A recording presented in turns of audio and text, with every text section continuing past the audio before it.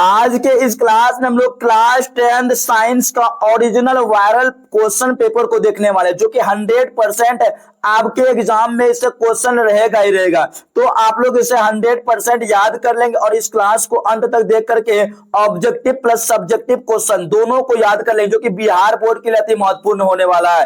पहला क्वेश्चन की ओर चलते हैं। पहला क्वेश्चन है, प्रकाश के परावर्तन के कितने नियम। प्रकाश के परावर्तन हो या फिर अपवर्तन, दोनों के कितने नियम होते हैं? 2 नियम। 2 नंबर प्रश्न है, दाढ़ी बनाने के लिए कौन सा दर्पण, अगर दाढ़ी बनाने या हजामती दर्पण पूछेगा तो आपको याद रखना अवतल दर्पण का उपयोग होता है। तीसरा प्रश्न है, समतल दर्पण की फोकस दूरी कैसी होती है। समतल दर्पण की फोकस दूरी जो है अनंत होता है। अगर उत्तल दर्पण पूछा जाए, उत्तल दर्पण की फोकस दूरी धनात्मक होती है और अवतल का फोकस दूरी ऋणात्मक होती है। ये दोनों बातें आपको याद रखना है, ठीक है ना। तो अगला क्वेश्चन की ओर चलते हैं। क्वेश्चन नंबर 4, अवतल दर्पण के सामने वस्तु को कहां रखा जाए ताकि उसका प्रतिबिंब उल्टा, वास्तविक और समान साइज का बनेगा।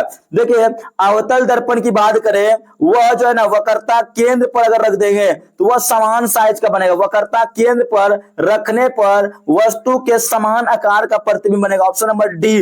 पांचवा प्रश्न है, उत्तल दर्पण में, उत्तल दर्पण से बना काल्पनिक प्रतिबिंब होता है। उत्तल दर्पण में जो काल्पनिक प्रतिबिंब बनता है वह वस्तु के सापेक्ष सीधा होता है और छोटा होता है। मतलब छोटा बोले तो ऑप्शन नंबर सी होगा, हर्षित। क्या होगा? आवर्धित नहीं होता। उत्तल दर्पण में जो छोटा प्रतिबिंब बनता है वस्तु से छोटा बनता है ना, ऑप्शन नंबर सी होगा इसका right answer, option number C. अगर प्रश्न संख्या 6 है कि लेंस में मुख्य फोकस की संख्या होती है। लेंस में फोकस की संख्या कितनी होती है? 2 होती है और दर्पण में 1 होता है। अगला प्रश्न है 7 नंबर, वायु में प्रकाश की चाल निर्वात के अपेक्षा होती है। देखिए, वायु पूछे या निर्वात, दोनों में वैसे तो अप्रोक्सीमेटली समान होता है। कितना होता है? समान होता है प्रकाश की चाल, ऑप्शन नंबर सी। अगला प्रश्न है 8 नंबर, लेंस की क्षमता का एसआई मात्रक। लेंस की क्षमता अगर मात्रक पूछेगा, मात्रक पूछेगा तो आप लोग डायप्टर याद रखना है, और 1 डायप्टर जो होता है पर मीटर के बराबर होता है। लेंस की क्षमता का एसआई मात्रक पर मीटर हो जाएगा 8 का, ऑप्शन नंबर बी। 9 नंबर प्रश्न है, क्या कहता है, निम्नलिखित में किस लेंस को अपसारी लेंस कहते हैं। अपसारी लेंस की बात करें, अवतल लेंस को क्या कहते हैं? अपसारी, और उत्तल को कहते हैं अभिसारी। ठीक है, क्लियर है। अगला प्रश्न है 10 नंबर, किसी माध्यम के अपवर्तनांक का मान क्या होता है। अपवर्तनांक का मान होता है sine I upon sine R, sine I upon sine R. 10 में से आप कितना का जवाब पहले से जानते थे? जल्दी से कमेंट बॉक्स में कमेंट करके बताएंगे। अगला प्रश्न है 11 नंबर, पुतली के साइज को नियंत्रित करता है। पुतली के साइज को नियंत्रित कौन करता है? पक्षांबी या सिलेरी मांसपेशियां, पक्षांबी या सिलेरी मांसपेशियां, ऑप्शन नंबर ए। 12 नंबर प्रश्न है, निकट दृष्टि दोष को दूर करने के लिए किस लेंस का व्यवहार। अगर निकट का उच्चारण करेंगे निकट, अ से क्या होता है? अवतल, अ से क्या होता है? अवतल। 13 नंबर प्रश्न है, प्रकाश के किस वर्ण के तरंगदैर्घ्य अधिकतम होता है।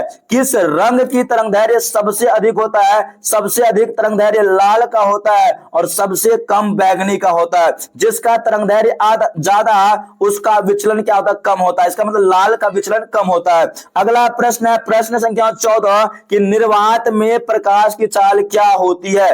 प्रश्न संख्या 14 है, निर्वात में प्रकाश की चाल जो होता है 3 × 10 की पावर 8 मीटर पर सेकेंड होता है। 3 × 10 की पावर 8 मीटर पर सेकेंड। अगला प्रश्न है, प्रश्न संख्या 15 कहता है, नेत्र गोलक का व्यास लगभग होता है। यह क्वेश्चन आपको बताया गया था क्लास में कि नेत्र गोलक का व्यास जो है 2.5 के अप्रोक्सीमेटली होता है सेंटीमीटर में। यहाँ पे 2.3 है, तो यह भी क्वेश्चन सही हो सकता है कि नेत्र गोलक का व्यास लगभग 2.3 सेंटीमीटर होता है। तो 15 क्वेश्चन कंप्लीट हो गया और आप लोग लाइक भी कर देंगे जल्दी से, सभी स्टूडेंट्स लाइक करेंगे। अगला क्वेश्चन की ओर चलते हैं। क्वेश्चन नंबर 16 है, तारे के टिमटिमाने का क्या कारण है। क्वेश्चन नंबर 16 कह रहा है कि तारे के टिमटिमाने का क्या कारण।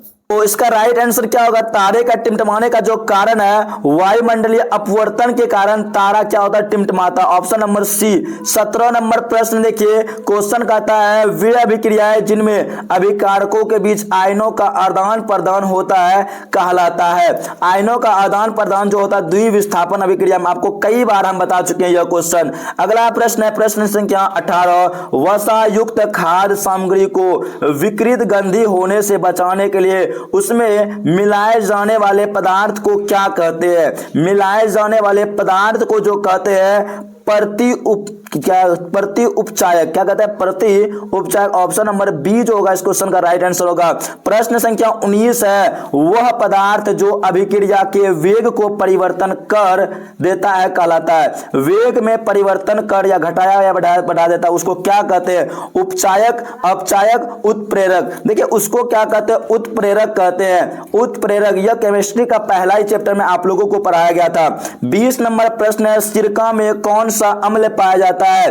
तो इस क्वेश्चन का राइट आंसर आपको देना है कमेंट बॉक्स में कमेंट करके जल्दी से। सिरका में कौन सा अम्ल पाया जाता है जल्दी बता देंगे 20 में। और 20 क्वेश्चन में से आपका कितना क्वेश्चन का जवाब सही दे पाए जल्दी से। 20 क्वेश्चन का जवाब आपके लिए है। प्रश्न संख्या 21 है, हमारा शरीर पीएच के किस परास के बीच कार्य करता है? 21 नंबर प्रश्न, हमारा शरीर जो है ना पीएच के 7.0 से 7.8 के पीएच के बीच परास कार्य करता है। 22 नंबर प्रश्न है कि निम्न में कौन संश्लेषित सूचक है? दो संश्लेषित सूचक होता है, मैथिल ऑरेंज और फिनोप्थोलिन। आप लोगों को बताया था हल्दी हो गया हम लोग का प्राकृतिक सूचक। 22 का बी। 23 नंबर क्वेश्चन है, चींटी के डंक में कौन सा अम्ल पाया जाता है? देखिए चींटी के डंक में अम्ल की बात करें तो 23 नंबर क्वेश्चन जो है ना इसका राइट आंसर होगा मेथेनोइक अम्ल या फॉर्मिक अम्ल। और क्वेश्चन नंबर जो 20 दिए थे, सिरका में कौन सा अम्ल पाया जाता है? तो उसमें एसिटिक अम्ल पाया जाता है, यह आपको याद रखना है।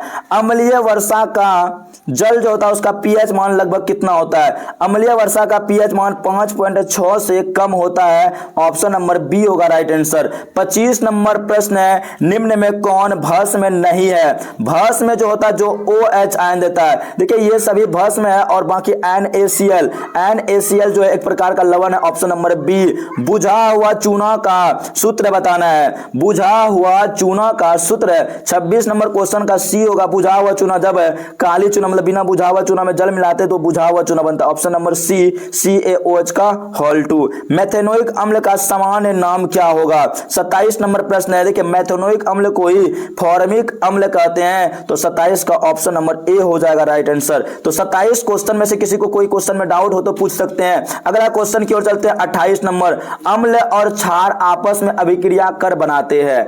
28 नंबर प्रश्न है, अम्ल और क्षार आपस में अभिक्रिया करके लवण बनाता है।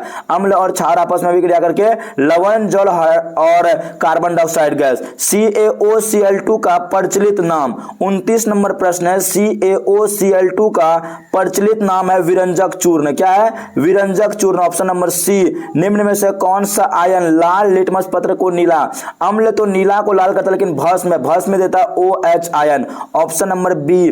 30 में से आप कितना का जवाब दे पाए एक बार बता देंगे। धोबिया सोडा का रासायनिक सूत्र है। 31 नंबर प्रश्न है, धोबिया सोडा का रासायनिक सूत्र Na2CO3 × 10H2। Option number C. साग सब्जियों का विघटित होकर कंपोस्ट का बनना किस प्रकार की अभिक्रिया है? 32 नंबर क्वेश्चन है, जल्दी बताएंगे। साग सब्जियों का विघटित होकर कंपोस्ट का बनना ऊष्माक्षेपी अभिक्रिया। ऑप्शन नंबर ए जो होगा इस प्रश्न का राइट आंसर होगा। 33 नंबर प्रश्न है, स्वपोषी पोषण के लिए क्या आवश्यक है? 33 नंबर प्रश्न है, स्वपोषी पोषण के लिए आवश्यक है तो chlorophyll, carbon dioxide, Surya Prakash, ये सभी हो जाएगा। ऑप्शन नंबर डी हो जाएगा इसका राइट आंसर।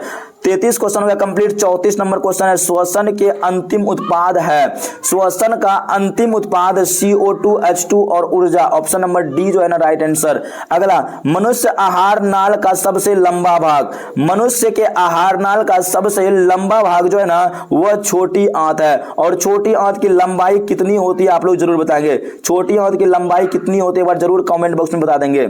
36 नंबर प्रश्न है, चालनी नलिकाएं पाई जाती है। 36 नंबर प्रश्न है, चालनी नलिकाएं किसमें पाई जाती है? तो फ्लोएम में चालनी नलिकाएं पाई जाती है। ऑप्शन नंबर सी। आरबीसी की जीवन अवधि कितनी दिनों की होती है? 37 नंबर प्रश्न है, आरबीसी की जीवन अवधि 120 दिन का होता है। Option number A. अगला प्रश्न है 38 नंबर क्वेश्चन है, निम्न में से किससे रंध्र के छिद्र घिरे होते हैं? किससे रंध्र के छिद्र घिरे होते हैं? तो वात रंध्रों से रंध्र के छिद्र घिरे होते हैं। Option number C. अगला एटीपी का विस्तृत रूप क्या है? एटीपी और एडीपी। एटीपी तो हम बता देते हैं और एडीपी आपको बताना है। 39 नंबर क्वेश्चन, एटीपी का सूत्र मतलब फुल फॉर्म होगा adenosine triphosphate. Adenosine triphosphate option number C हो जाएगा, एडिनोसिन ट्राइफॉस्फेट। और एडीपी का फुल फॉर्म क्या होगा आपको बताना है। 40 नंबर प्रश्न है, मनुष्य में विरिकक एक तंत्र का भाग है जो संबंधित है।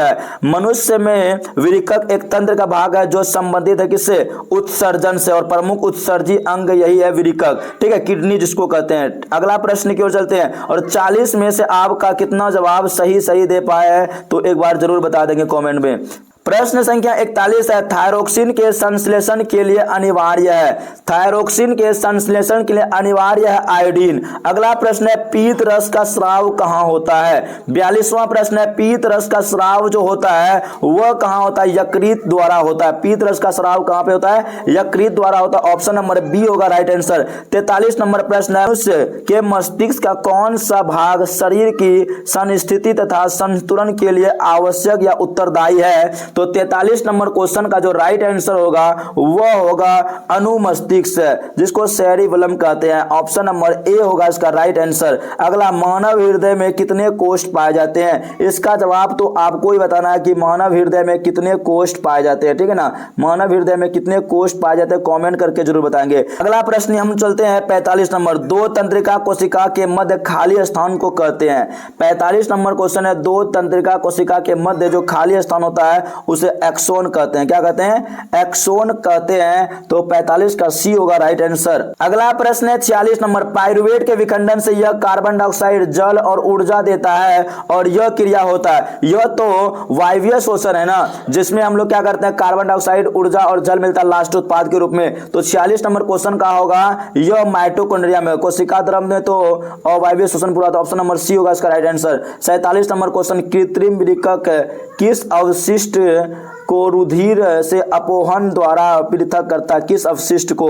तो 47 का राइट आंसर होगा नाइट्रोजनी अवशिष्ट को अपोहन द्वारा पृथक करता है। ऑप्शन नंबर ए जो होगा करेक्ट आंसर। मानव हृदय का औसतन प्रकुंचन दाब लगभग कितना होता है? प्रकुंचन दाब होता है 120 mmHg। और अनुशीतलन अगर अनुशीतलन पूछता तो 80 हो जाता है। 48 क्वेश्चन हो गया कंप्लीट। तो 48 में से आप पहले से कितना का जवाब पहले जानते थे एक बार जरूर बताएंगे। और कुछ सब्जेक्टिव क्वेश्चन है जिसका पीडीएफ हम व्हाट्सएप ग्रुप में डाल देंगे और व्हाट्सएप ग्रुप में ज्वाइनिंग करने के लिए इस नंबर पे आप मैसेज कर सकते हैं, ठीक है ना। 620 567 38 68 इस नंबर पे मैसेज करके आप व्हाट्सएप ग्रुप में ज्वाइनिंग हो सकते हैं। तो आज के लिए बस इतना ही। हम लोग अब सोशल साइंस में, क्योंकि SST का जो भी एग्जाम होगा आपके लिए, उसके लिए भी क्वेश्चन अभी तैयार कर रहे हैं, तो आप लोग जरूर उसमें भी ज्वाइनिंग होंगे। बाय बाय, टेक केयर, जय हिंद, वंदे मातरम। लाइक शेयर कर देंगे, जितना ज्यादा हो सकेंगे शेयर करेंगे अपने दोस्तों के पास और कह देंगे कि यह वायरल क्वेश्चन पेपर है।